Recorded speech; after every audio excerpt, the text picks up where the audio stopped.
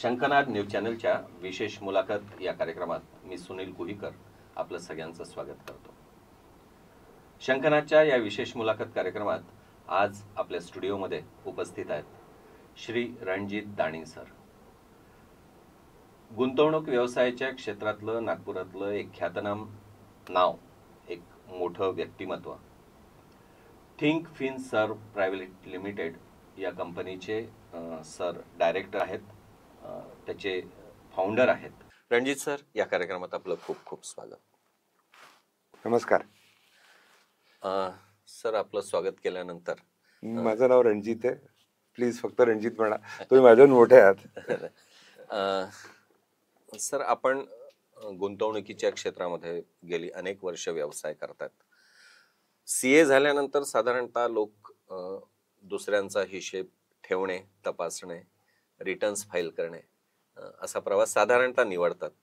तुम्ही तो प्रवास निवडला नाही, त्याच्यापेक्षा वेगळं कुठेतरी एक क्षेत्र निवडलं। नेमकं कारण काय होतं त्याच्या मागे आणि त्याच्या मागची प्रेरणा काय होती?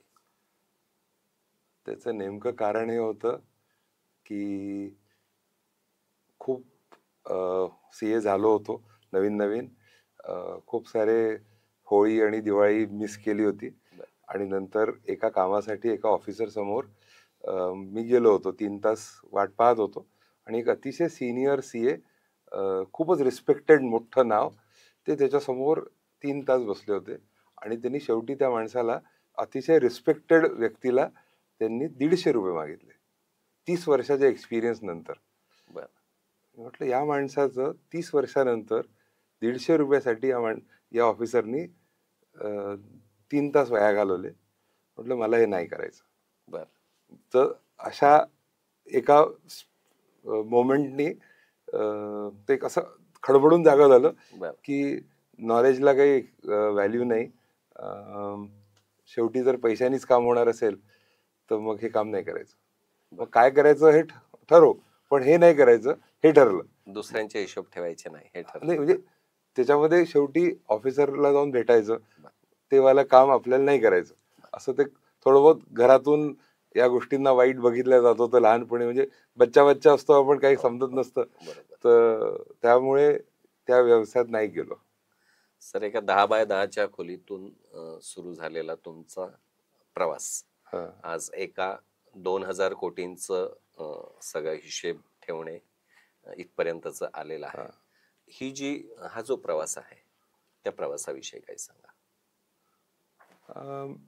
मी माझा क्लासमेट होता पराग आणि माझा लहान भाऊ अमित, आम्ही तिघांनी सिमिलर विचारात असल्यामुळे तिघांनी ठरवलं की आपण काहीतरी करू, सोबत वेगळं करू। काय करू हे पक्क नव्हतं।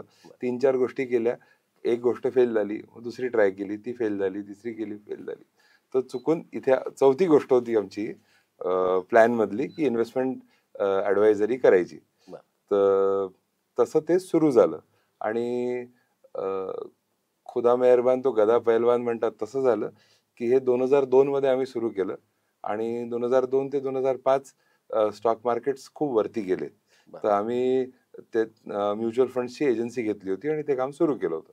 आम्हाला खूप कळत नव्हतं, काही समजत नव्हतं, पण पैसे टाकले वर गेले, पैसे टाकले वर गेले, आपल्याला वाटायला लागतं ना मी शहाणा आहे। तर तसं थोडंसं झालं आणि मग 2006च्या आसपास लक्षात आलं की हे तर आपण बरोबर करत नाहीये आणि या विषयातले कोणत्या चांगल्या गोष्टी असतील त्या आपल्याला शिकाव्या लागतील। नुसतंच ये मार्केट आहे या पैसे डालो या ऊपर जाएंगे असं सांगणं चुकीचं आहे। तर तेव्हा मग आम्ही त्या काळी 2-2.5 लाखाची पुस्तकं विकत घेतली।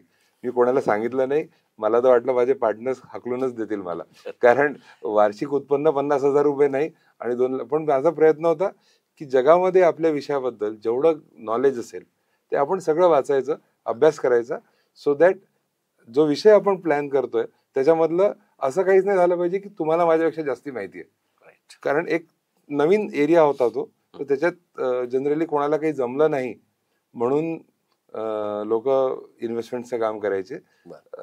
तर चार्टर्ड अकाउंटंट झाल्यानंतर, आणि पराग आणि अमित सुद्धा चार्टर्ड अकाउंटंटच आहेत, तर ते झाल्यानंतर हे करणं थोडंसं लोकांना असं वाटलं की याच्यात काहीतरी सेन्सिबल असेल आणि 2006 साली सर्टिफाईड फायनान्शियल प्लॅनिंग नावाचा एक कोर्स आहे बरं. तो केला. तो केल्यामुळे यातलं बारीक बारीक गोष्टी काय काळजी घ्यावी लागते, ती काय करायची, त्याच्याबद्दल थोडंसं ओरिएंटेशन आलं. आणि जे पुस्तकं आणली होती ती पूर्ण चाटून काढली. बरं. त्याच्यातून शिकायला मिळालं की काय करायचं काय नाही करायचं. त्यानंतर थोडंसं कामाचं क्वालिटी इम्प्रूव्ह झाली. तोपर्यंत तर आम्ही काही करत होतो, म्हणजे त्याला काही मी इमानदारीने आज म्हटलं तर मी चूक काम करत होतो, खराब काम करत होतो आजच्या आजच्या अंडरस्टँडिंग प्रमाणे. आणि नंतर आम्ही फक्त एकच क्लिअर होतं की आपलं काम हे कोणाच्याही पैशाला हात लावायचा असेल तर रिस्पॉन्सिबिलिटीनी करायचं. असं टाइमपास म्हणून केलं की असं नाही करायचं. कारण आपल्या डिसिजनमुळे कुठल्या तरी फॅमिलीचं तहस होऊ शकतं, भविष्य खराब होऊ शकतं किंवा भविष्य चांगलं होऊ शकतं.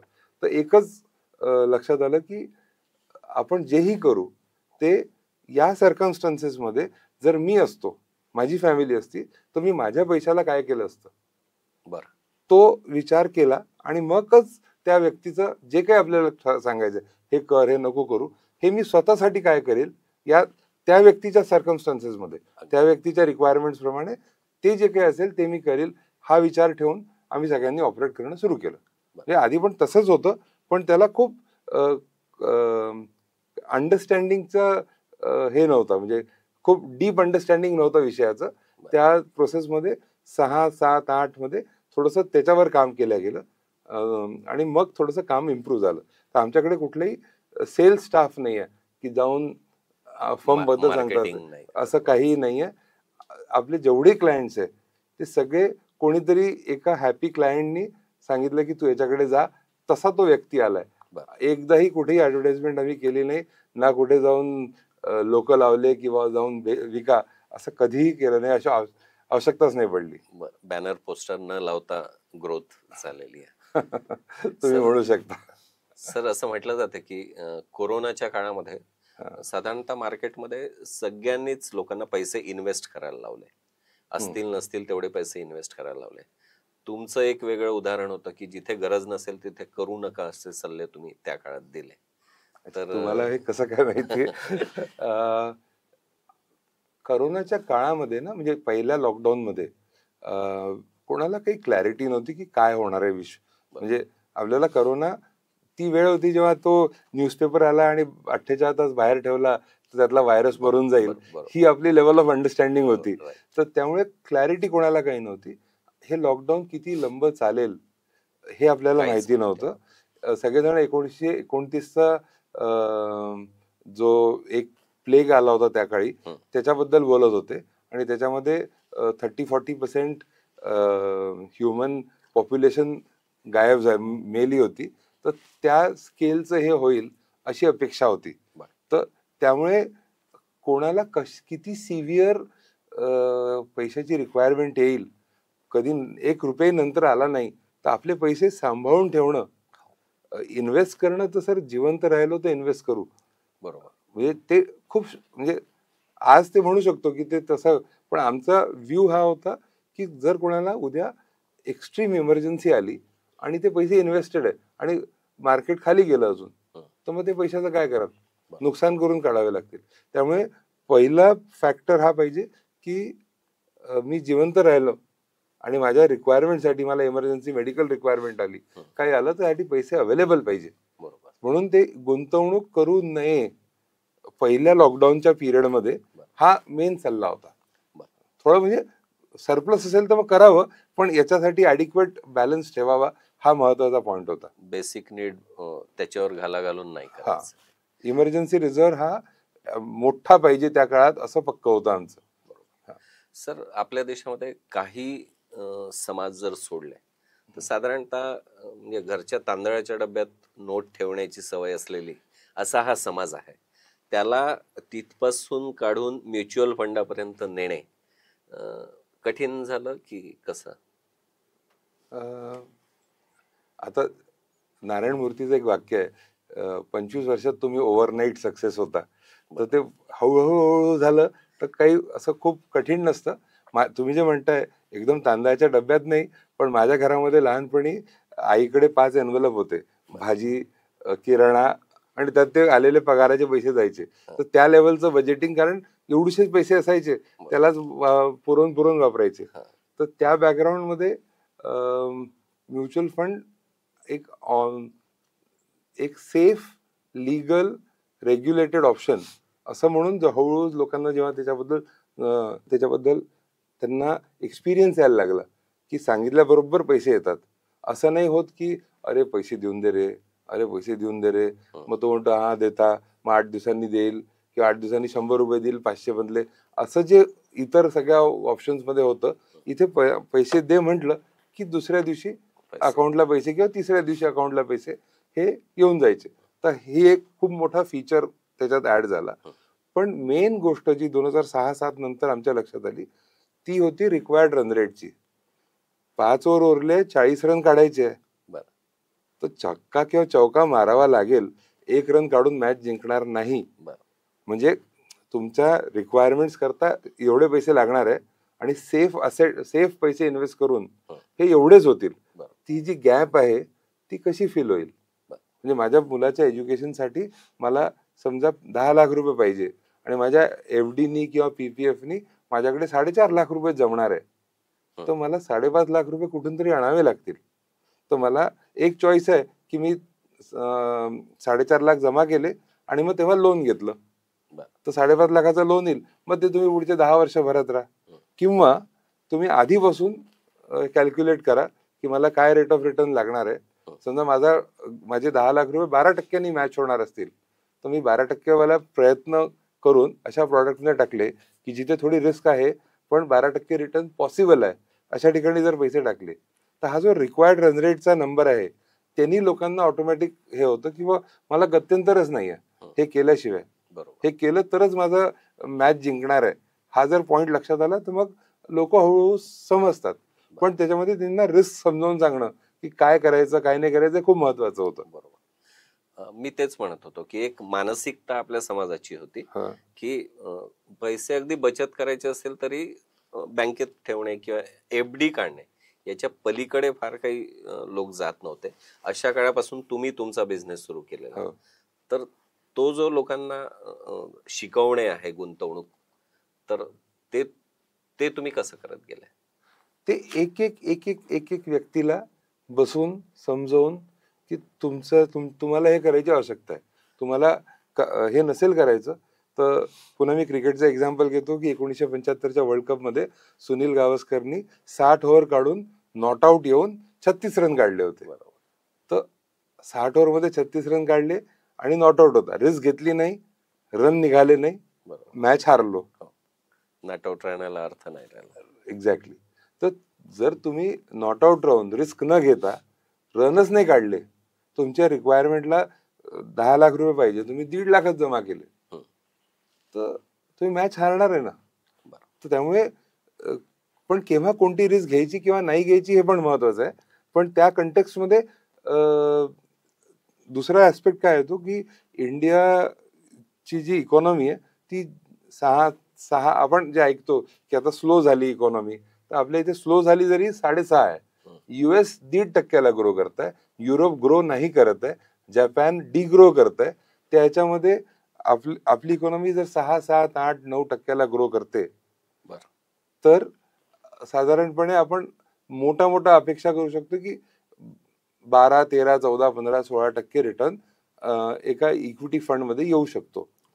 पण हा स्ट्रेट लाईन मध्ये नाहीये, पण हा येऊ शकतो. तर ऍटलिस्ट मला चान्स तर द्यावा लागेल, त्या गाडीत तर बसावं लागेल जिथे ती गाडी फास्ट जाऊ शकते. त्याच्यात फास्ट जाताना काहीतरी मागे पुढे होईल, पण जर मी त्या गाडीतच नाही बसलो तर मी 4% वाल्या गाडीत बसून राहील, तिथून तर काहीच होणार नाही. तर त्यामुळे हे एकदा त्यांचं अंडरस्टँडिंग यायला लागलं तर लोक एक एक करत, म्हणजे जर आमच्याकडे आज 15,000 इंडिव्हिज्युअल्स इन्व्हेस्ट करतात, तर ते असं काही एक झटके में 100 लोग आगे असं नाही आहे. त्यात ती गधा मेहनत केली आहे की एक व्यक्तीला बसून समजवलाय, तेव्हा त्याचा फरक पडलाय. बरं, आजही असाच सिनेरिओ आहे की एकेकाला तसं समजावून सांगावं लागतं की आता लोकांमध्ये अंडरस्टँडिंग आलेलं आहे? बघा, अंडरस्टँडिंग की हे काहीतरी आहे आणि हे खूप चोरी चकारी नाही आहे इथपर्यंत आलंय. बरं. आणि जितकं सोशल मीडियाने चुकीचे कन्सेप्ट येतात, चुकीच्या रील्स बनतात त्या व्हायरल होण्यासाठी, त्यांनी ऍक्च्युली जास्ती नुकसान होत आहे. कारण तुमच्या अपेक्षा चुकून गेल्या. आधी आता काय सगळेजण प्रोजेक्ट करून आले 25%च रिटर्न येईल. म्हणजे मी तुम्हाला 10, 12, 13 म्हणताना सुद्धा माझ्या डोक्यात असं येतं की बाबा 12 येईल की नाही, एवढे म्हणू की नाही, म्हणू की नाही. आणि बिंदास 25% लोक रील बनवतात, ती व्हायरल होते, ते घेऊन येतात लोक की आप तो ऐसा बोलते आणि हे तर असं म्हणतात तुम्ही चूक आहे असं. पण म्हणजे त्याचा रेझिस्टन्स कमी झालाय, पण अंडरस्टँडिंग खूप वाढलेलं नाही आहे. सर पण अलीकडे या क्षेत्रात तुम्ही आता जसं सांगितलं 25% रिटर्न्स, तर फसवणुकीचे पण प्रकरण खूप जास्त प्रमाणात वाढले असं वाटतं. सर फसवणूक आता नागपुरात 2003 ते 2013 खूप सारे लोक जेलमध्ये गेले. त्यांच्या स्कीम 13 पर्यंत चालल्या, पण 13ला शेवटी ते जेलमध्ये गेले. मी नावं नाही घेत, पण तुम्हाला माहिती आहे मी कोण म्हणतोय.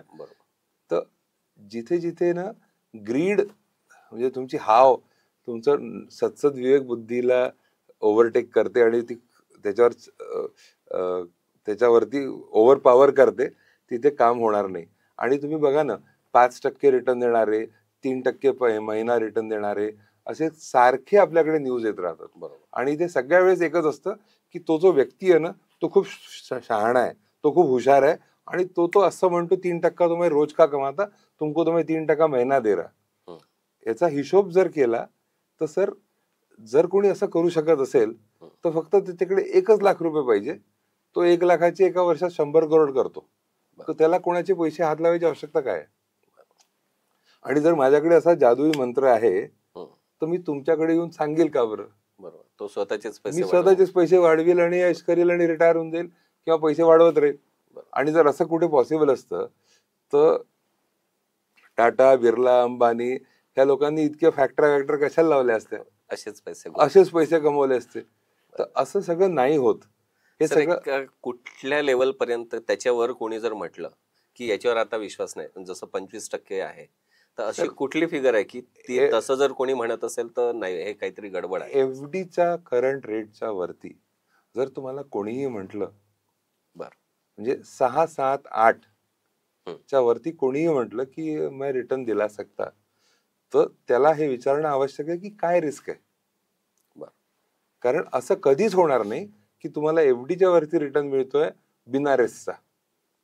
पण म्युच्युअल फंडात तर मिळतो ना सर. म्युच्युअल फंडात मिळतो, पण म्युच्युअल फंडात रिस्क असते.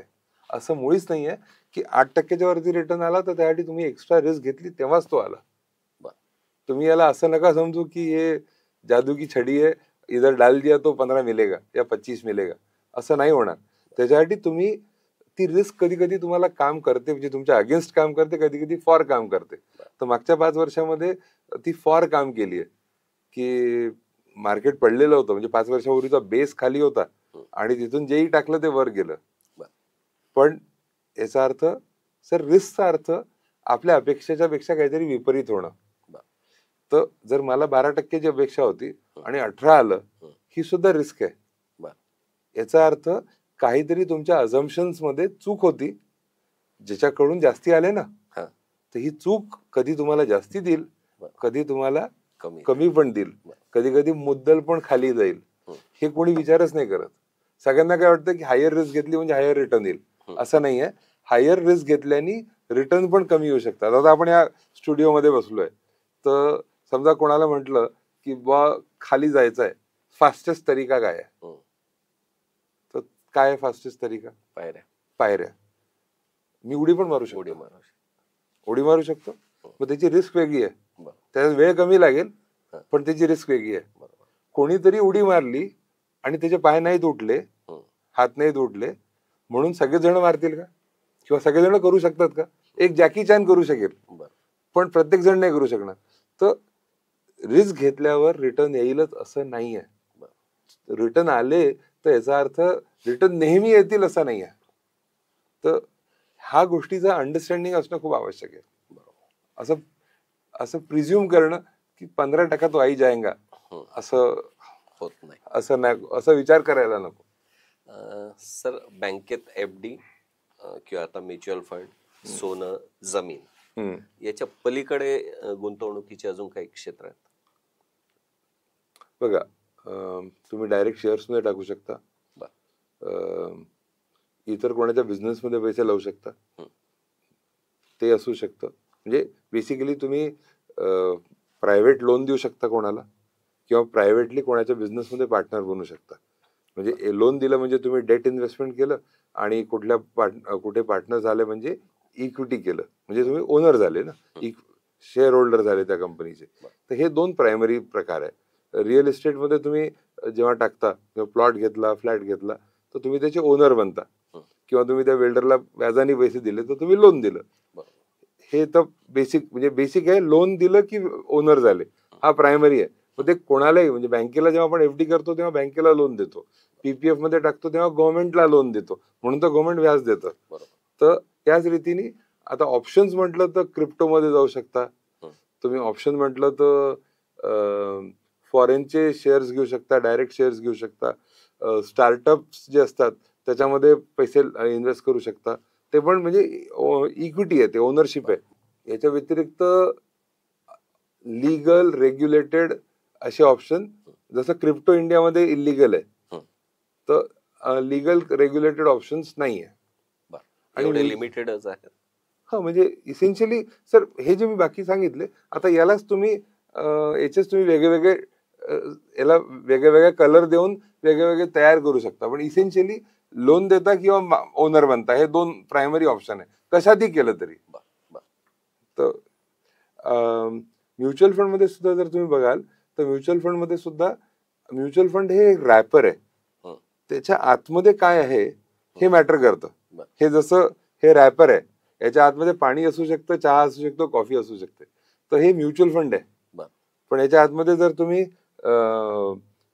गव्हर्नमेंट ऑफ इंडियाचे सिक्युरिटीज घेतल्या तर त्याची risk he government of India सिक्युरिटीजच्या बरोबर आहे. म्हणजे नाच्या बरोबर रिस्क आहे त्या प्रॉडक्टमध्ये. जर याच्यामध्ये शेअर्स घेतले तर ती शेअर्सची रिस्क येईल. याच्यामध्ये गोल्ड घेतलं तर गोल्डवाला म्युच्युअल फंड येतो, तो गोल्डच्या हिशोबाने वर खाली जाईल करेल. तर म्युच्युअल फंड ऍक्च्युली हे इन्व्हेस्टमेंट व्हेइकल आहे, ज्याच्या थ्रू तुम्ही जे पाहिजे तिथे टाकू शकता.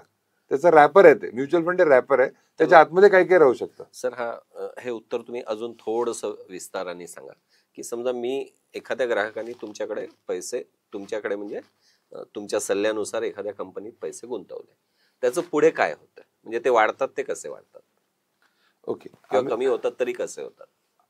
आम्ही म्हणजे इन्व्हेस्ट करण्यापूर्वी समजा मी तुमच्याशी बोललो आणि आपण असं ठरवलं की असं आपल्या लक्षात आलं की हे पैसा 1 वर्षात लागणार आहे, आणि 1 वर्षात याला बँकेचा FD रेट समजा 1 मिनिटाकरता 6.5% आज. तर पण माझ्याकडे काही ऑप्शन आहे का ज्याच्यात मी 7, 7.5, 8 कमवू शकतो का? तर ते मी पैसे इन्व्हेस्ट करायचं हो म्हणेल. किंवा तुम्हाला मी तुमचं टॅक्सेशन कमी करून देऊ शकतो का? म्हणजे माझा रेट ऑफ रिटर्न 6.5 येईल, पण तुम्ही टाकला तर तुम्हाला 30% टॅक्स लागणार आहे, आणि मी दुसऱ्या प्रॉडक्टमध्ये टाकलं तर 12.5% टॅक्स लागेल. तर मी कुठेतरी शोधील की तुम्हाला त्यांनी नेट एक्स्ट्रा मिळत आहे का. जर ते मला लक्षात आलं तर मी त्या प्रॉडक्टमध्ये पैसे टाकेल. पण हा 1 वर्षाचा जो टाइम फ्रेम आहे तो मी रिस्क घेण्याच्या दृष्टीने ऍडिक्वेट नाही समजत, कारण फ्लेक्झिबिलिटीज नाही. समजा 1 वर्षांनी फी भरायची आहे पोराची, तर फी तर त्या डेटला भरायचीच आहे, तर त्याला आपण डिले नाही करू शकत. तर मग इथे रिस्क घ्यायची नाही, हा माझा सल्ला आहे. तुम्ही मला म्हणू शकता की मार्केटमध्ये टाक, मला काही प्रॉब्लेम नाही झाला तर मी दुसरे पैसे आणेल. पण जर तुम्ही म्हटलं की हाच पैसा आहे आणि हाच 1 वर्षांनी डॉट लागणार आहे, तर मी फक्त हे बघील की याला ऑप्टिमम रिटर्न कसा आणायचा, हायर रिटर्नच्या मागे धावणार नाही. कारण इथे मी रिस्क घेऊ शकत नाहीये, कारण माझा जो फ्लेक्झिबिलिटी नाहीये, माझा वेळ कमी आहे, आणि वेळेला असं नाही आहे की 2 वर्ष लेट दे देणार, फी द्यायची आहे तर त्याच दिवशी द्यायची आहे, तर इथे रिस्क घेणार नाही. पण रिटर्न पोस्ट टॅक्स रिटर्न कसा जास्ती येऊ शकतो याच्यावर फोकस करून ते प्रयत्न करेल. ते जर मला वाटलं की होऊ शकतं तर मी ते पैसे इन्व्हेस्ट करेल, नाही तर नाही करणार. त्याच्यामुळे चुपचाप FD ठेवून द्या, ठीक आहे. पण शक्य तुम्ही मला म्हणू शकता की आता माझे माझा पोरगा 10 वर्षाचा आहे आणि मला त्याच्या लग्नासाठी प्लॅनिंग करायचं. लग्न 25, 27, 30 या एज मध्ये होईल. तर माझा जो 15, 17, 20 वर्ष आहेत, तर मग मी त्याला कसं आहे, मी काय काय विचार करेल की आज तो खर्च किती आहे. तर आज मी तुम्हाला हे विचारेल की आज तुमच्या फॅमिलीच्या करंट लाईफस्टाईल नुसार तुम्ही एका लग्नात किती खर्च कराल. तर लेट्स से तुम्ही तो आकडा सांगितला 20 लाख रुपये खर्च होईल. आता 20 ते 25 लाख रुपये हा साधारण एवढा पैसा लागतोय. तर 20 लाख रुपये खर्च कराल. आपण नॉर्मल इन्फ्लेशन प्रोजेक्ट केलं तर समजा 6% इन्फ्लेशन पकडलं तर 12 वर्षात हा खर्च डबल होईल. आणि आपलं लग्न समजा 18 वर्षांनी आहे, तर हा पैसा तिप्पट लागेल. म्हणजे 25 लाखाचे मला 75 लाख रुपये लागतील 6% इन्फ्लेशन पकडलं तर. तर 75 लाख रुपये आता मला 18 वर्षात गोळा करायचे. तर मग मी उलट कॅल्क्युलेट करेल की मला आयदर लमसम किती टाकावे लागतील. जर मला 12%, 15% आणि 18% रिटर्न आला, किंवा 12, 14, 15 या 3 नंबरवरती मी ते कॅल्क्युलेशन करेल किती पैसा लमसम टाकावा लागेल, किंवा मी दर महिन्याला किती टाकू शकतो, हा हिशोब करेल आणि त्या प्रॉडक्टमध्ये जाऊन बसेल की जिथे ते पॉसिबल आहे की तेवढे रिटर्न येतील. याच्यामध्ये 18व्या वर्षी जागा नाही व्हायचंय. 18 वर्षाचा असेल तर 14व्या, 15व्या, 16व्या वर्षी खूप एक्झॉस्टिव्हली त्याला रिव्ह्यू करणं आवश्यक आहे. जर मी रिक्वायर्ड रन रेटच्या समोर आहे तर मी रिस्क कमी करेल पुढच्या वर्षांमध्ये, आणि रिक्वायर्ड रन रेटच्या मागे आहे तर मला रिस्क थोडी वाढवावी लागेल, किंवा मला बघावं लागेल काय करायला हवं. पण म्हणजे काय होतं, म्हणजे ही तर झाली आपली प्रोसेस. आता समजा मी ते पैसे आपण असं ठरवलं की बा तेवढे पैसे कमवायला 18 वर्षामध्ये, मी एक्झॅक्ट हिशोब नाही केला पण एक एक्झाम्पल करता 5,000 रुपये महिना समजा आपण टाकायचं ठरवलं. तर 5,000 रुपये महिना 18 वर्षामध्ये 75 लाख रुपये समजा 12%, 13% रिटर्न होणार असतील, तर हे पैसे मी इक्विटी फंडात टाकले आहे असं आपण प्रिझ्युम करू.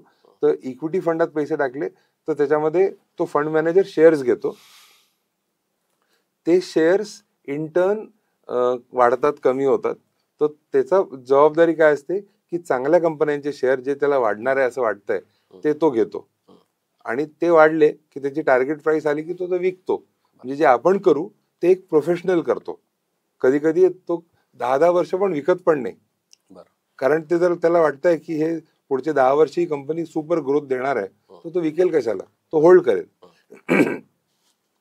तर भाव जो वाढतो म्हणजे त्या म्युच्युअल फंडची एनएव्ही जी वाढते ती या प्रोसेसमध्ये वाढते की ती कंपनीचा प्रॉफिट ग्रो करतो, आणि प्रॉफिट ग्रोथ झाली तर त्याचा भाव वाढतो. तर त्यानुसार त्याची एनएव्ही वाढते, त्याचा भाव वाढतो त्या म्युच्युअल फंडचा. पण आपल्याकरता जिथे त्या फंडच्या आतमध्ये होत आहे त्यांनी आपल्याला फरक नाही पडत. आपल्याला आपल्या लेवलला काळजी घ्यायची आहे की मी माझ्याजवळ किती वर्ष राहिले. समजा असं समजा की लेट्स से 15व्या वर्षी आपल्याला 18व्या वर्षी 75 लाख हवे होते, 15व्या वर्षी 70 लाख रुपये झाले,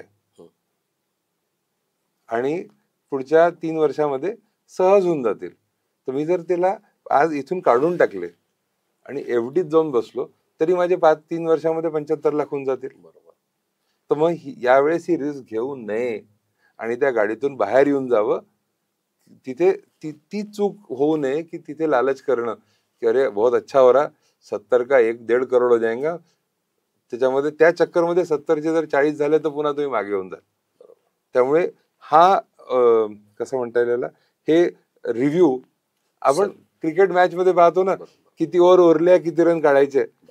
बरं, तो रिक्वायर्ड रन रेट आधी मॅचच्या सुरुवातीला रिक्वायर्ड रन रेट 12 होता, मग 8 झाला, आता 4 उरलाय. तर चौका छक्का मारायची आवश्यकता नाही आहे, शांतपणे मॅच जिंका. मॅच जिंकणं महत्वाचं आहे, किती स्टाईलनी जिंकलं हे सेकंडरी आहे.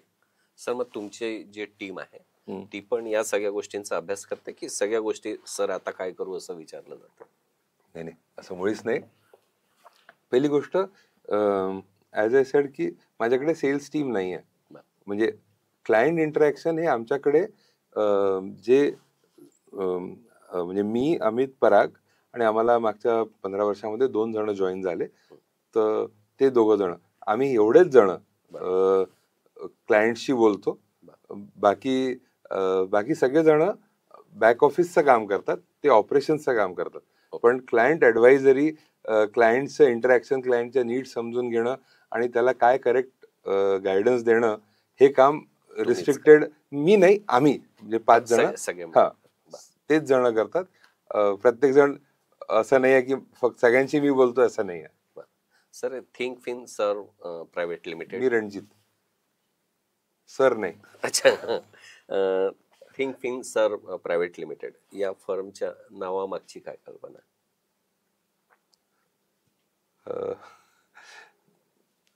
असं कोणीतरी मला खूप आधी म्हटलं होतं की काही विचारच करायला लागायला नको, डोंट थिंक. तर मी म्हटलं ठीक आहे, आपण ना असं नाव ठेवू, डोंट थिंक. मग ते कुठेतरी म्हणे असं कसं नाव ठेवतात, निगेटिव्ह होऊन जाईल. आता काय एकदम नवीन नवीन असतो ना, खूप काही समजत नसतं.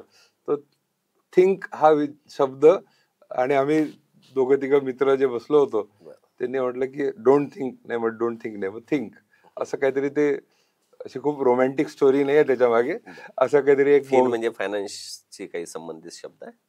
नाही, थिंक तो विचार. फिन तो Finser actually financial intermediary services.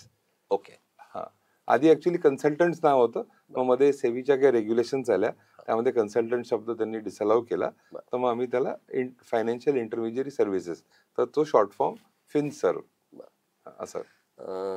Sir, शेअरची जेव्हा किंवा चर्चा होते तेव्हा टीव्हीवरही आपण बघितलं की एक जाहिरात असते ज्याच्यामध्ये त्या रिस्क बद्दलचे जे शब्द आहेत ते सगळे फास्ट फॉरवर्डनी ऐकवले जातात, ज्याच्यातलं काहीच कळत नाही.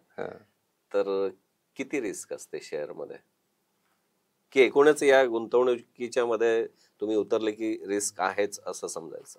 सर बघा, रिस्क तिथे जिथे लिहून येतं तिथे ते म्हणतात मार्केट रिस्क. तर पहिली गोष्ट, या रिस्क ह्या शब्दाला आपण हे समजणं आवश्यक आहे की इथे ही रिस्क नाही आहे की मी पळून जाईल.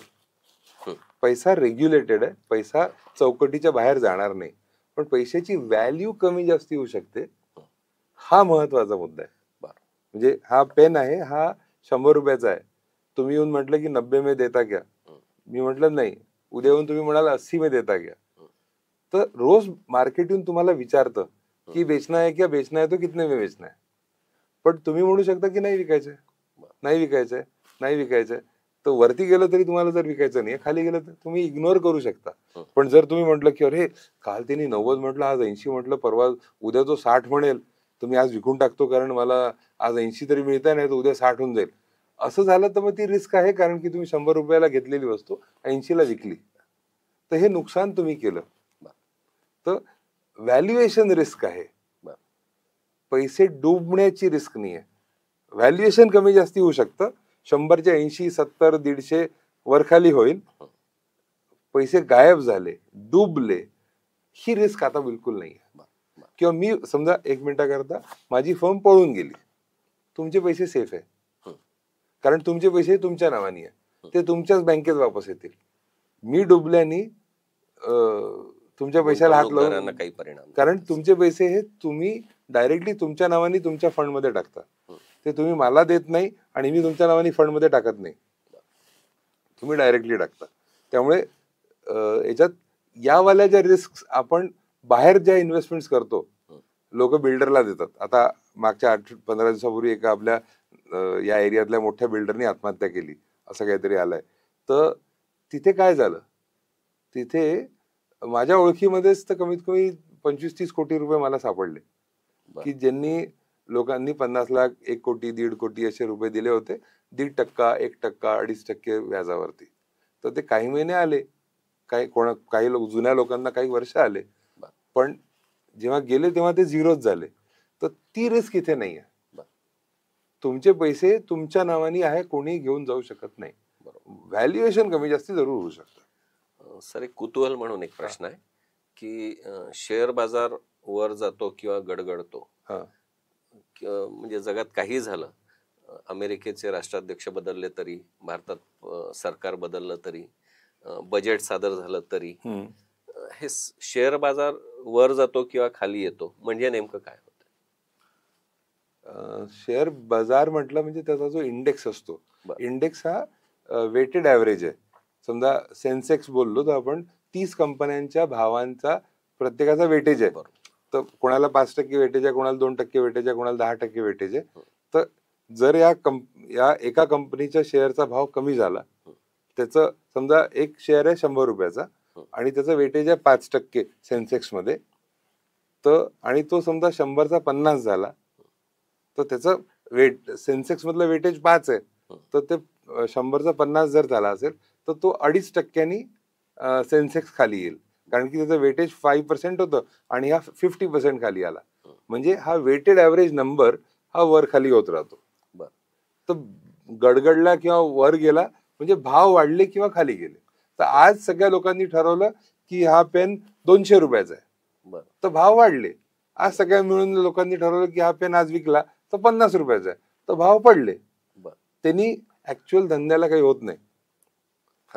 महत्वाचा गोष्ट की हे रोज वरखाली होणं, यांनी रोज धंदा वरखाली होत नसतो. बरं. हा, ते कॉमन माणसाला वाटतं की शेअर बाजार चढला म्हणजे शेअरचे सगळे भाव एकदम, म्हणजे मी जर गुंतवले असेल तर मला आता एकदम जास्त पैसे मिळणार आहे किंवा पडलं तर कमी मिळणार आहे, असं होत असते. असं होऊ शकतं. पण माझा सांगण्याचा मुद्दा हा होता की SBI चा भाव आज पडला, तर SBI चा धंदा नाही पडला.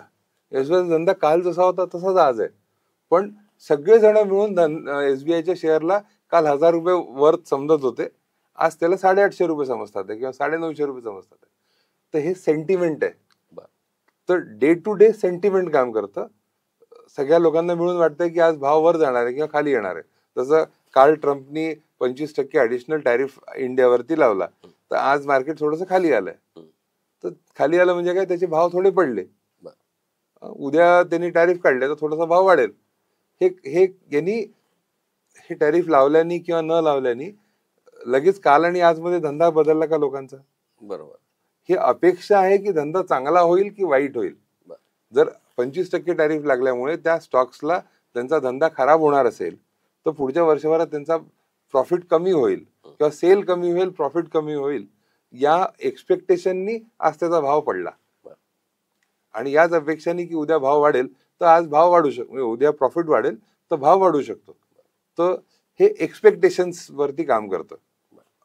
पण हे डे टू डे एक्सपेक्टेशन वर काम करतं. पण जर तुम्ही 5 वर्ष, 10 वर्ष, 15 वर्षाचा हिशोब घेतला तर जेवढा जनरली प्रॉफिट वाढतो तेवढाच भाव वाढतो. समजा प्रॉफिट इतका वाढला तर भाव इतकाच वाढतो. असं नाही होत की प्रॉफिट इतका वाढला आणि भाव इतकाच वाढला. हे दोघं अलाइंड आहे, पण हे डे टू डे अलाइंड नाहीये. डे टू डे सगळ्या लोकांचा आपला कॉमन मूर्खपणा, आपल्या एक्सपेक्टेशन्स, आपल्या सगळ्या इमोशन्सचा खेळ आहे on a daily basis. But on a 10 year basis profit वाढला तर भाव वाढेल. ते परफेक्टली अलाइंड आहेत.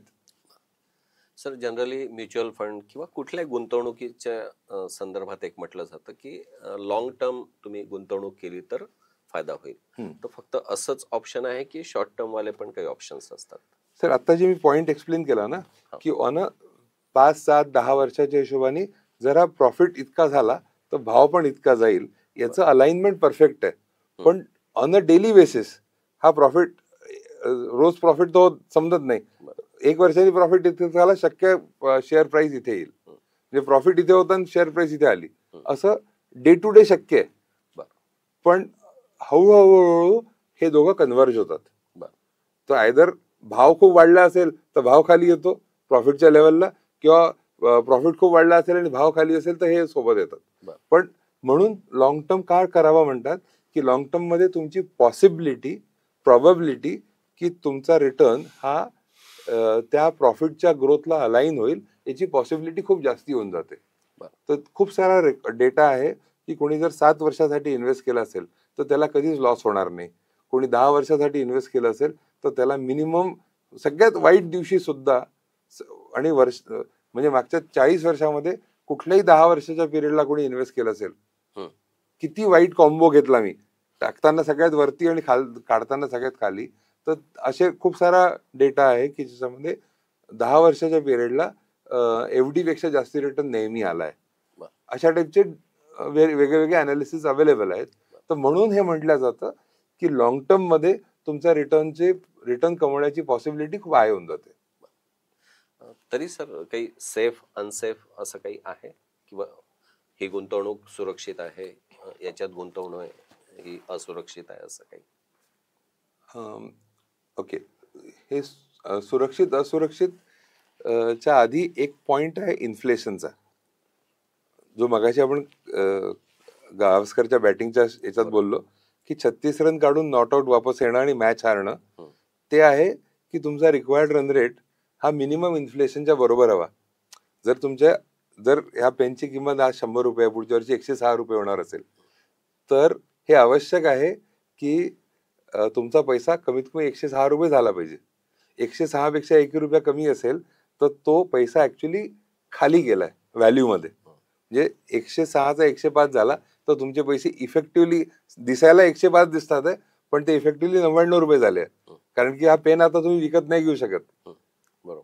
इन्फ्लेशनला बीट करणं हे सगळ्यात पहिलं कुठल्याही इन्व्हेस्टमेंटचं पहिलं टार्गेट असायला हवं.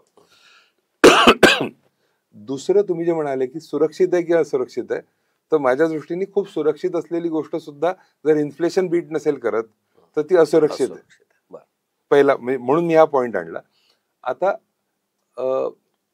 जसं आपण म्हटलं की ज्या अनरेग्युलेटेड ऑप्शन्स आहे ते सगळे तर अनसुरक्षित आहेतच. म्हणजे क्रिप्टो, खूप साऱ्या लोकांनी ऍपच्या थ्रू क्रिप्टो घेतले आणि ऍपच गायब होऊन गेलं, त्यातले पैसे पण गायब झाले. आता इंडियामध्ये क्रिप्टो इलिगल आहे, पण गव्हर्नमेंट म्हणते की तुम्ही क्रिप्टो घेतलं तर आम्हाला नका विचारू, आम्ही काही त्याच्याबद्दल बोलणार नाही, तुम्हाला प्रॉफिट झाला तर आम्हाला टॅक्स द्या. पण क्रिप्टो अनरेग्युलेटेड आहे, त्यामुळे ते असुरक्षित आहे. आता जर मी म्युच्युअल फंड बद्दल बोललो तर म्युच्युअल फंड मध्ये मी रिस्क ही कुठून येते की मी पैसे कशात टाकले. तर जर मी त्याच्यात एक सेव्हिंग अकाउंट सारखा एक भाऊ असतो, त्याला लिक्विड फंड म्हणतात, तर त्याच्यामध्ये सगळ्या टॉपच्या कंपन्यांना 1 महिना, 1.5 महिना, 2 महिन्यासाठी पैसे दिले जातात शॉर्ट टर्म साठी. तर त्याच्यामध्ये साधारण आजच्या घटकेला 6.6% 5.5 ते 6.6% रिटर्न येतो. पण तुम्ही 8 दिवस ठेवले तरी 5.5-6% रिटर्न येईल, जो की अदरवाईज बँकेमध्ये 1 वर्षाचा एफडी रेट आहे 6% आता किंवा 6.5%. तर याच्यामध्ये रिस्क कमी आहे. मी 0 आहे असं म्हणू शकत नाही ऑफिशियली, पण नाच्या बरोबर रिस्क आहे त्यामध्ये.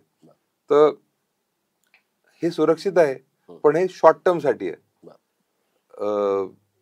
10 वर्षासाठी इथे पैसे ठेवणं सेफ नाही आहे, कारण की हा ऑप्शन हा तुमच्या आयडल पैशावरती पैसे कमवण्यासाठी होता.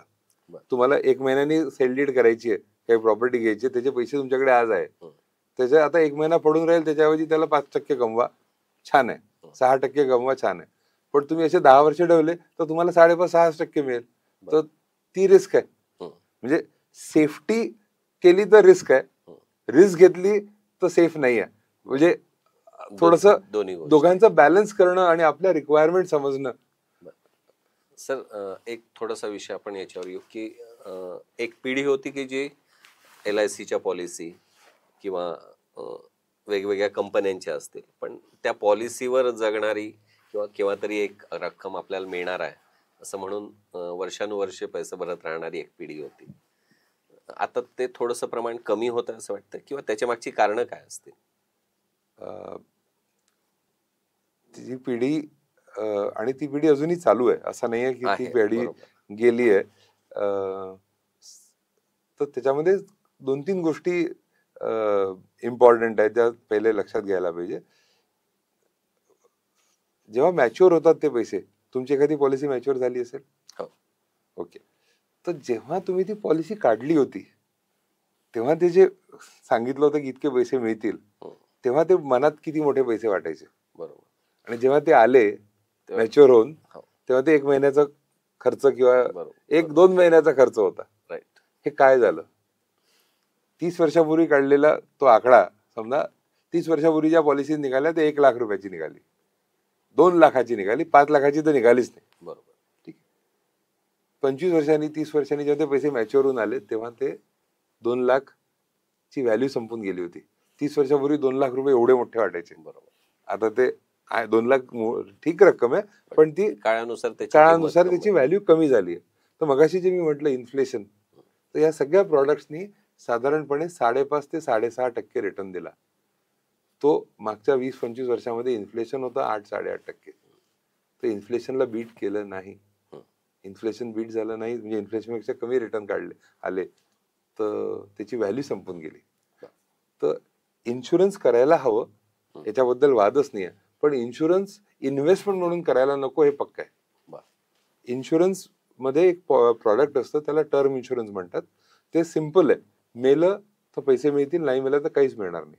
पण एक 30 वर्षाचा व्यक्ती 1 कोटीचा इन्शुरन्स काढेल तर रफली 8,000 ते 10,000 रुपये त्याचं अॅन्युअल प्रीमियम येईल. फक्त 10,000 रुपयामध्ये 1 कोटीचा इन्शुरन्स येईल. पण मी मेलो नाही तर काहीच मिळणार नाही. पण 1 कोटीचा नॉर्मल इन्शुरन्स काढला तर तुमचा प्रीमियम 2 लाख रुपये येईल. तर मी सगळ्यांना काय म्हणतो की तुम्ही 10,000 हा इन्शुरन्स घेऊन घ्या, आणि तुम्हाला म्युच्युअल फंड मध्ये विश्वास नाही नका टाकू. 1,90,000 रुपये तुम्ही पीएफ मध्ये टाकून द्या, तुमच्याकडे जास्ती पैसे येतील 30 वर्षानंतर. कारण बेसिकली काय, त्या इन्शुरन्स पॉलिसीमध्ये 5.5% रिटर्न येईल. तर 5.5% कंपाऊंडिंग पेक्षा जर मी 7% पीएफ मध्ये कंपाऊंडिंग केलं तर जास्ती होईल. आणि 1,90,000 कंपाऊंडिंग होईल 7.1% आणि 10,000 रुपये माझे गेले. पण जर मी कधी मेलो, समजा 20 वर्षांनी मेलो, तर मला 1 कोटीचा इन्शुरन्स पण मिळेल, आणि हे जे 20 वर्षाचे जमा केलेले पैसे आहेत हे पण मिळतील. तर हे दोघं एकत्र केले तर कुठल्याही इन्शुरन्स पॉलिसीपेक्षा जास्ती पैसा मिळतो, डबलच मिळतो. तर इन्शुरन्स मध्ये इन्व्हेस्टमेंट करू नये, इन्शुरन्स मध्ये टर्म इन्शुरन्स जरूर काढावा. सेबीचे बरेच आता नियम येतात आहे, बरेच त्यांचे काही कठोर कारवाई पण होते बऱ्याच लोकांवर. तरी पण म्हणजे एक तर पहिला प्रश्न हा की सर्वसामान्य नागरिकांच्या म्हणजे गुंतवणूकदारांच्या सुरक्षेसाठी सेबी काम करते, हे बरोबर आहे का? आणि असेल तर मग कमी कालावधीमध्ये जास्त रिटर्न्स देण्याचे दावे करणारे लोक किंवा कंपन्या या मार्केटमध्ये कशा आहेत? 2 प्रश्न आहेत. सेबी काम करता याच्याबद्दल वादच नाही. सेबीनी मागच्या म्हणजे इनफॅक्ट सेबी वर्ल्ड लीडर आहे, थॉट लीडर आहे सगळे फ्रॉड रोखण्यासाठी.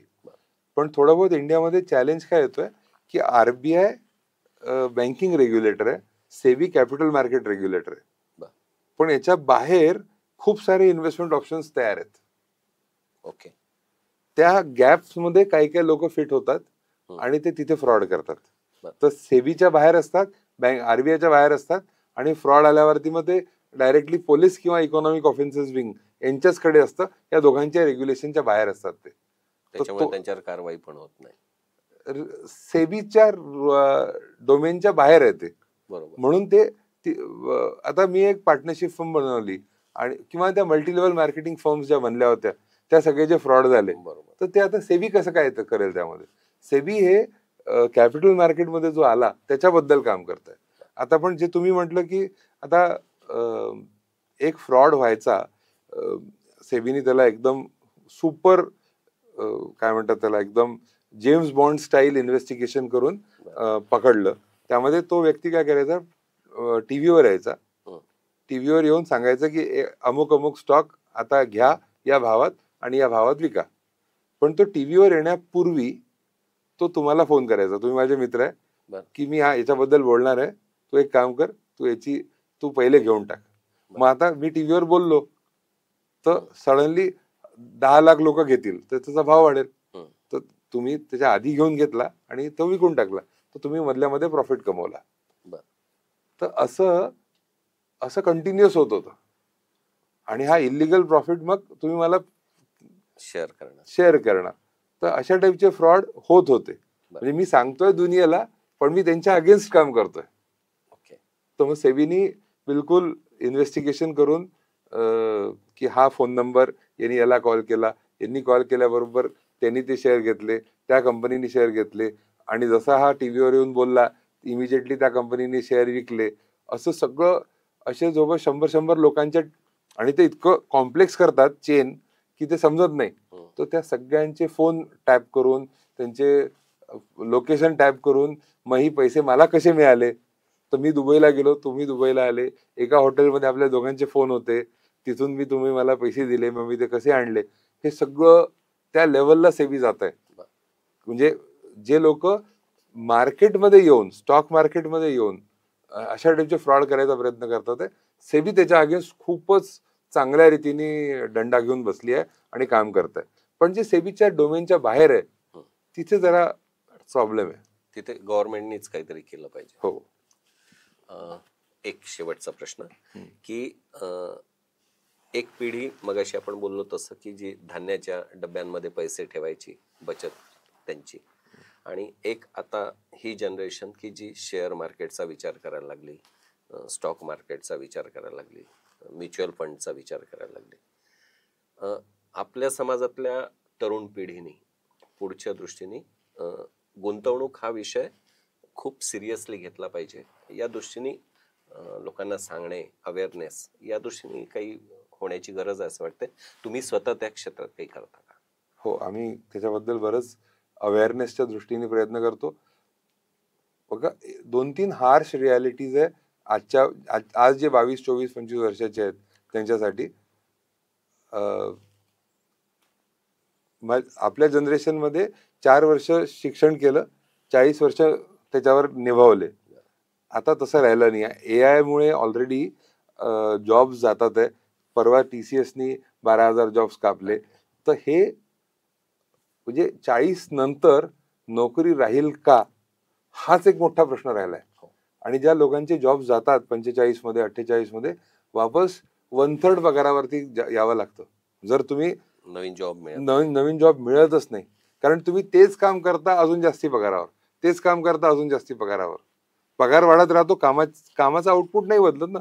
मग कंपनी शेवटी म्हणते की ठीक आहे, मला प्रॉफिट लॉस होतोय किंवा काही होत आहे, तर पहिले तर हत्ती काढू ना आपण. तर ते काढल्याबरोबर तो म्हणतो की याला मी 60 लाख रुपये पगार देत होतो, याच्यामध्ये मी 15 लाख वाले 4 मुलं ठेवू शकतो, एवढं तर कामा नव्हताच करत. तर म्हणजे का सेव्हिंग करायला पाहिजे, काय इन्व्हेस्टमेंट करायला पाहिजे, याचं नंबर 1 कारण आहे की कदाचित म्हणजे आधी जे होतं की 60, 65, 70 पर्यंत काम करू, तर कदाचित तुम्हाला 45, 50 नंतर कामच मिळणार नाही असं होऊ शकतं. आणि ती रियालिटी येते समोर. तो एक प्रायमरी कारण. दुसरं पण पॉझिटिव्ह कारण सांगतो की सर, कंपाऊंडिंगची जी जादू आहे, जो आज एक 20 वर्षाचा पोरगा 1000 रुपये इन्व्हेस्ट करेल ना, तर त्याचा जो मॅजिक आहे ती तुम्ही आणि मी मॅचच नाही करू शकत. ऍट द एज ऑफ 60, 20 वर्षाचा व्यक्ती जर 40 वर्षासाठी 1000 रुपये इन्व्हेस्ट करतो, तर त्याचा रफली 3 कोटी रुपये होतात.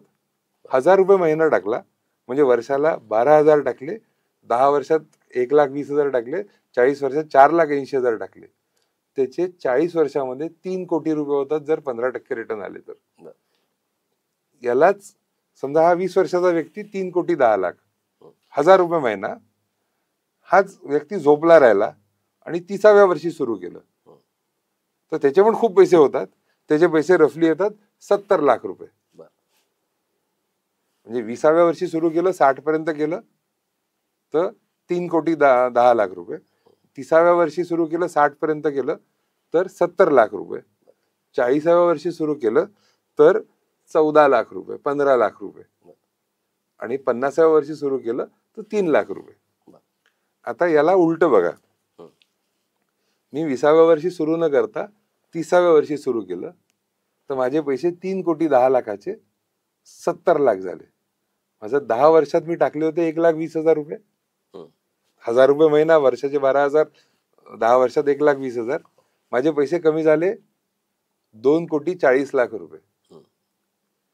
ह्या 1,20,000 रुपये जे 10 वर्षात टाकले 20 to 30 मध्ये, त्याचे 2,40 झाले.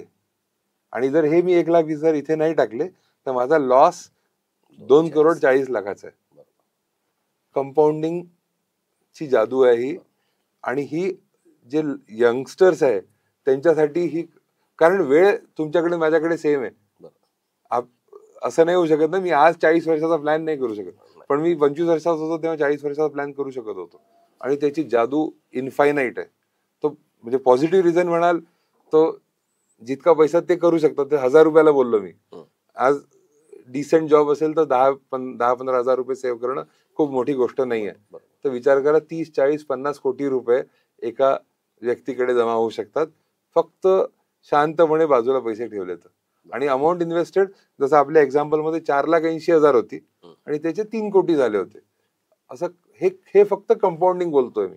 हे काही गॅरंटी नाही आहे, पण 20, 22, 24, 25व्या वर्षी जर हे सुरू केलं तर याची जादू इन्फायनाईट आहे, म्हणजे याला मॅजिकच आहे.